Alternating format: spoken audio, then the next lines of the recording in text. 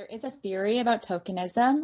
It's mostly related to like women going into male-dominated fields. That's kind of how the research originated. But one of the pillars about tokenism is isolation. Yeah, I'd have to agree on that. That's definitely that same kind of sentiment in like my experience being the token, uh, I would say person of color, because there was no one else on in these different workplaces that I was in.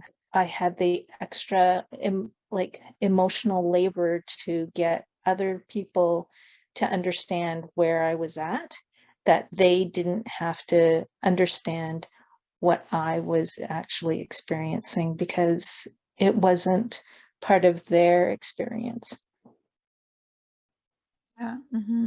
So there's three pillars to the tokenism theory, and I'm kind of wondering if that's also the way you experience tokenism. So the first one is performance pressure, being made to feel like you have to do better work and produce more to like kind of justify being in that role. The second pillar is social isolation, feeling more alone, like nobody really understands you, like you have to explain yourself to people. And then the other one is what they call role encapsulation. People expect you to be a certain way and behave a certain way. So this theory is more about women in male-dominated fields. So a lot of that is like expecting women to be submissive, and then when a woman doesn't act submissive, then they're taken aback, or there's a little bit of backlash because they're just thrown off.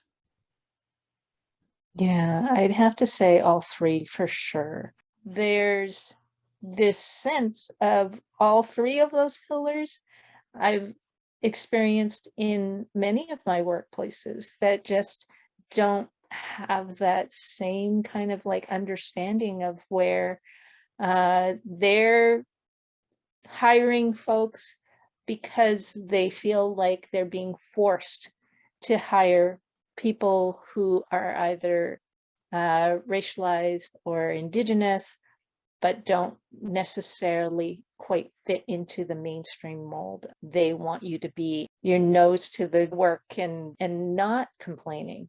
With tokenism, there's that sense that they're kind of testing you out to see if you fit in, and also with clients, because sometimes they don't necessarily like change. You're all on your own and you're not going to have support. The person that developed the tokenism theory, one of the things that they implied was hiring more people that are part of whatever that minority group is. Hiring more of them will kind of lead to social change and more opportunities for that group. But there was a lot of also research critiquing that, saying no, it's more complicated than that, because when the dominant group sees people coming in, they're going to feel threatened and respond. And so sometimes it's not enough just to hire more people, but there also needs to be like recognizing they're coming into a different, when they come into the workplace, they experience it differently.